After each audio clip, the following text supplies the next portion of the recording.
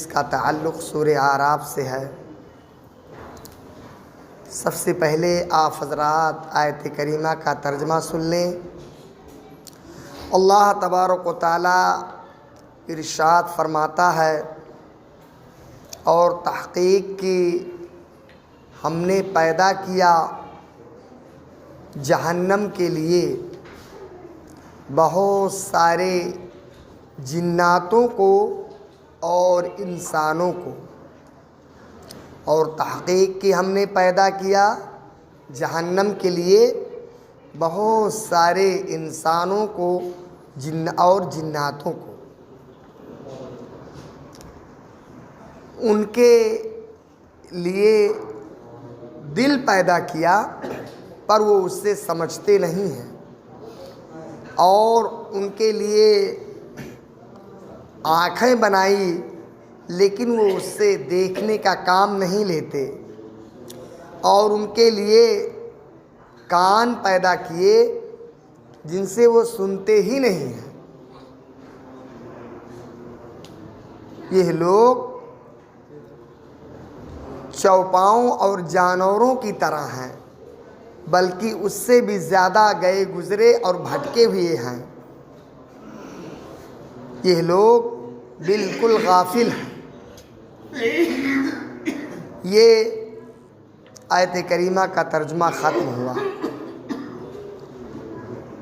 حاضرین محترم، اللہ تبارک و تعالی نے اس آیت کریمہ کے ذریعہ سے صاف طور پہ بتلا دیا ہے کہ جو حضرات اس دنیا میں آنے کے بعد میں اپنے مالک حقیقی کو نہ پہچان کر کے وہ زندگی کا مقصد صرف دنیا، اپنے وجود کا مقصد صرف جو ہے کھانا پینا اور ایسے ہی مادی دنیا ہے، اس کے علاوہ کچھ نہیں ہے، تو وہ گویا کہ جانور کے طور پر ہے۔ روایت میں آتا ہے، آقائے کائنات جناب محمد رسول اللہ صلی اللہ علیہ وسلم ارشاد فرماتے ہیں کہ اللہ تعالی نے آسمان و زمین اور ساری مخلوقات کو پیدا کرنے سے پہلے 50,000 سال پہلے اللہ تعالی نے جو ہے وہ تقدیر لکھا اور کتاب لکھا۔ دیکھیے، اللہ تعالیٰ کا علم اور ارادہ اور قدرت اور طاقت یہ مکمل ہے، اتم ہے۔ اللہ جانتا ہے کہ کون انسان اور جنات دنیا میں جانے کے بعد کیا کرے گا، اور کون ہدایت والا کام کرے گا، کون گمراہی والا کام کرے گا۔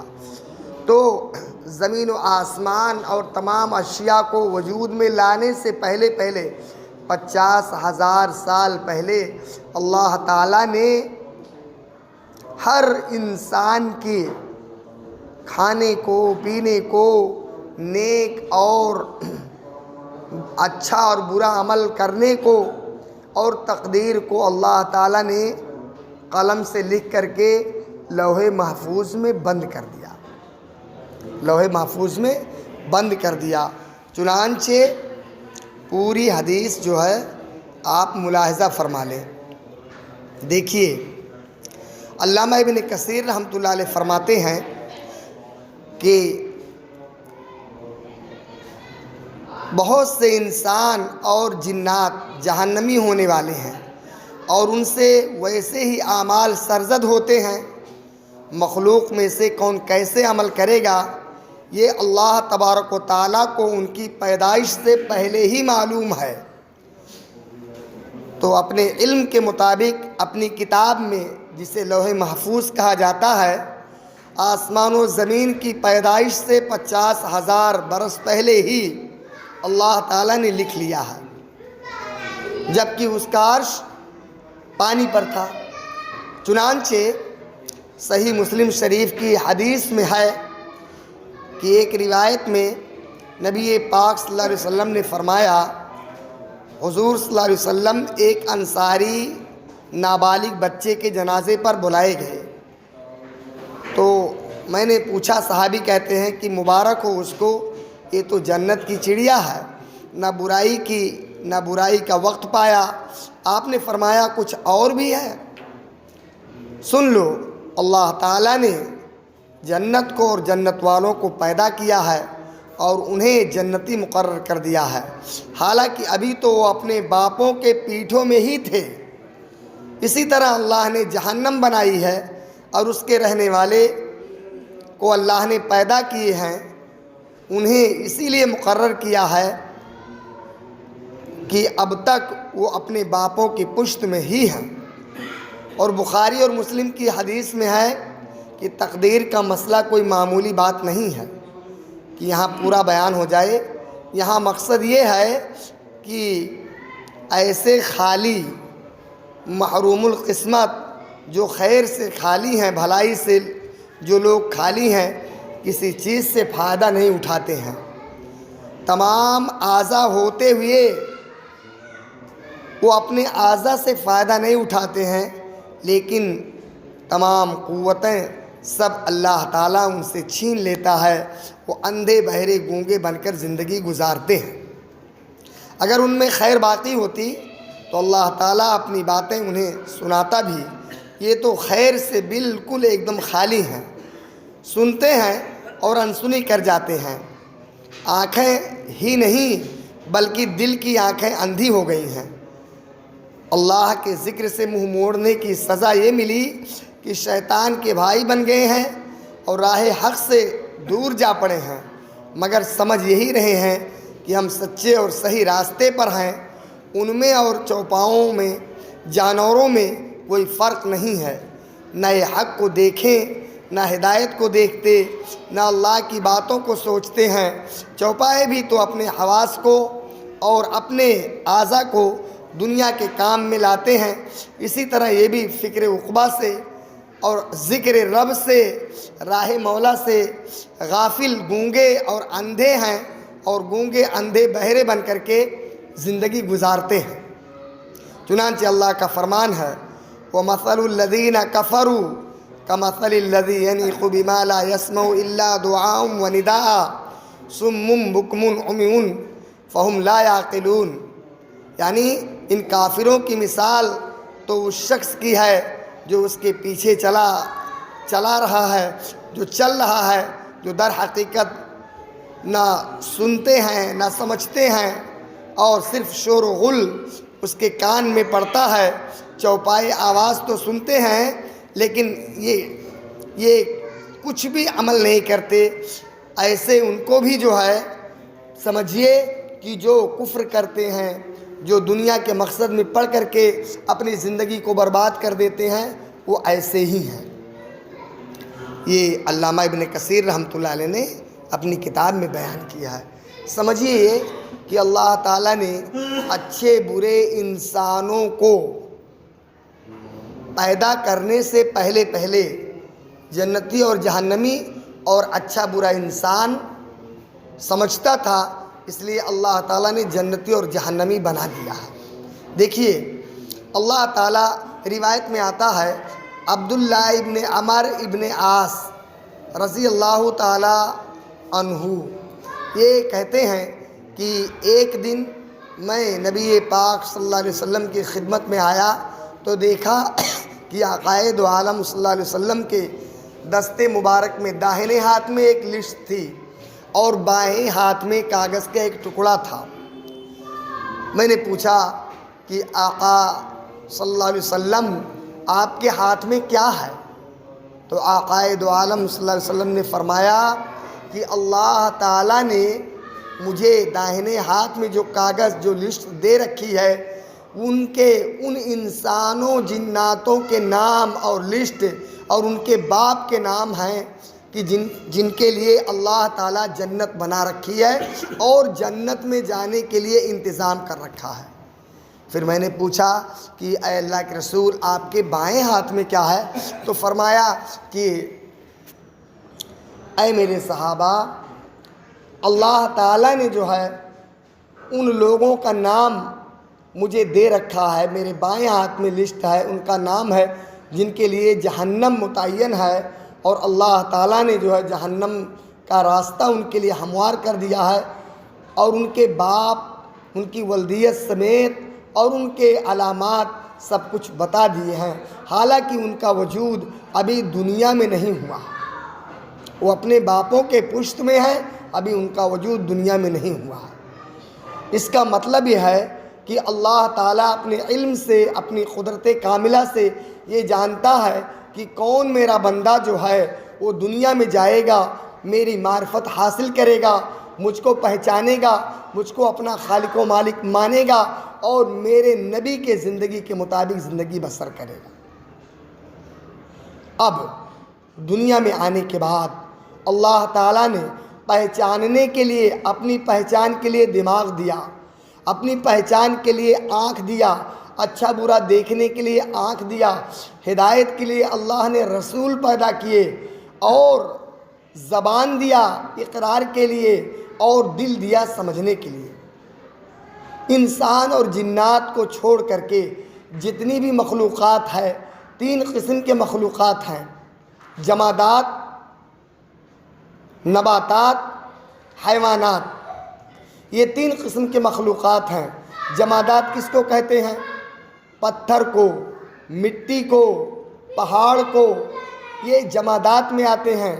ان کے اندر بھی اللہ نے عقل دیا ہے، صلاحیت دیا ہے، اور سوچنے کا مادہ دیا ہے، لیکن اتنا نہیں دیا ہے جتنا کہ حیوانات کو دیا ہے اور نباتات کو دیا ہے۔ ایسے اللہ تعالیٰ دوسری مخلوقات پیدا کیا، جیسے گھاس ہے، گھاس پھوس ہے، اور درخت ہے، پیڑ ہے، یہ نباتات میں آتے ہیں، اور ان کو اللہ تعالیٰ نے صلاحیت دیا ہے، علم دیا ہے، یہ اپنی بچاؤ کرتے ہیں، اور اپنے وجود کا مقصد سمجھتے ہیں، اللہ کو پہچانتے ہیں، اور اللہ کی خلاف ورزی نہیں کرتے ہیں۔ نہ جمادات اور نہ نباتات۔ تیسری مخلوقات حیوانات ہیں۔ اب حیوانات میں بھی اللہ تعالیٰ نے کچھ حیوانوں کو عقل دیا ہے، صلاحیت دیا ہے، سمجھنے کا مادہ دیا ہے، لیکن بھرپور صلاحیت، عقل اور علم اور سمجھنے کا مادہ نہیں دیا ہے۔ جیسے بیل ہے، بھینس ہے، اور ہر مختلف قسم کے جانور ہیں، یہ اپنے کھانے کا انتظام خود کرتے ہیں، اپنے پینے کا انتظام خود کرتے ہیں۔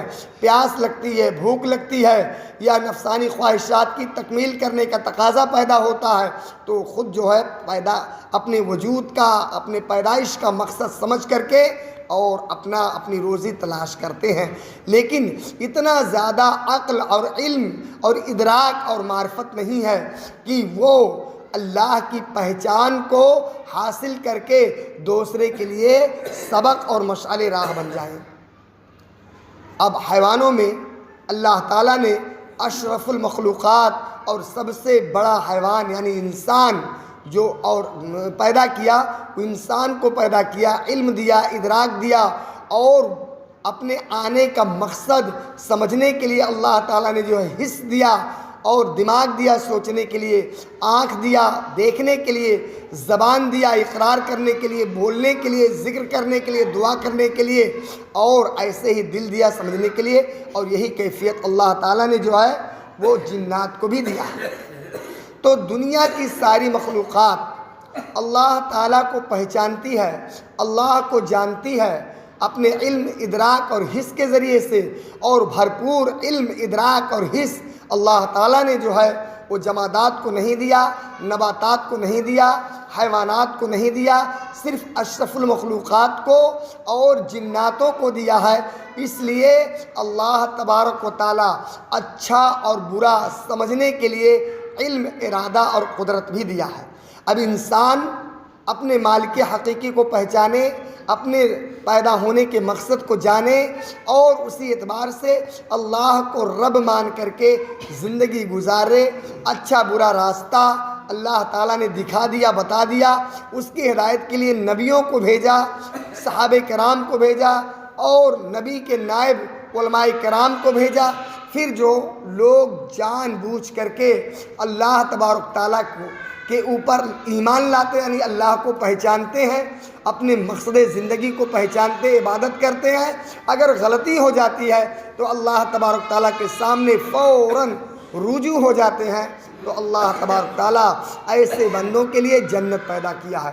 اور جو کچھ لوگ ہیں کہ وہ حق کی طرف، اللہ کی معرفت کی طرف التفات ہی نہیں کرتے، توجہ ہی نہیں کرتے، وہ اپنے پیدائش کا مقصد، دنیا میں آنے کا مقصد، دنیا کی زندگی، عیش پرستی، خواہشات کی تکمیل اور بلڈنگوں کو بنانا اور مقصد زندگی دنیا اور معاد اور معاش کا حاصل کرنا، اور آخرت ان کے پیش نظر نہیں، نہ اللہ کے رسول، تو ایسے لوگوں کے لیے اللہ تبارک تعالیٰ نے جہنم پیدا کیا ہے اور ان کو جہنم میں اٹھا کر کے ڈال دے گا۔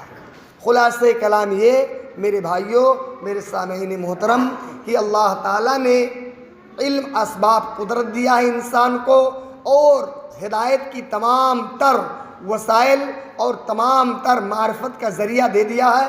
انسان دنیا میں آنے کے بعد میں اپنے خالق کو مانے، قرآنی احکام پر عمل کرے، اللہ کے رسول کی پیروی کرے، اور اپنے رب کو پہچان کر کے اس پر ایمان لائے اور اس کو جو ہے وہ راضی کرے۔ اگر کبھی غلطی ہو جائے، کوتاہی ہو جائے، بھول چوک ہو جائے، فوراً توبہ کرے، استغفار کرے اور اپنے مقصد حیات کو پہچانے۔ اس اعتبار سے وہ جنت کا مستحق ہوگا اور انشاءاللہ جنت میں جائے گا۔ اور جو آدمی اپنی مقصد زندگی، اپنا وجود اور اپنا مقصد دنیا کو سمجھا اور اپنی عیش پرستی کرتا رہا، کھاتا پیتا رہا، دنیاوی زندگی میں مشغول رہا، خدا کی طرف، اپنے رب کی طرف، اپنے مقصد زندگی کی طرف کوئی التفات اور کوئی توجہ نہیں کیا، تو وہ بے مقصد ہو گیا، وہ جانوروں کی طرح ہو گیا، بلکہ جانوروں سے بھی گیا گزرا ہو گیا۔ جانور تو اپنے مقصد کو اور اپنے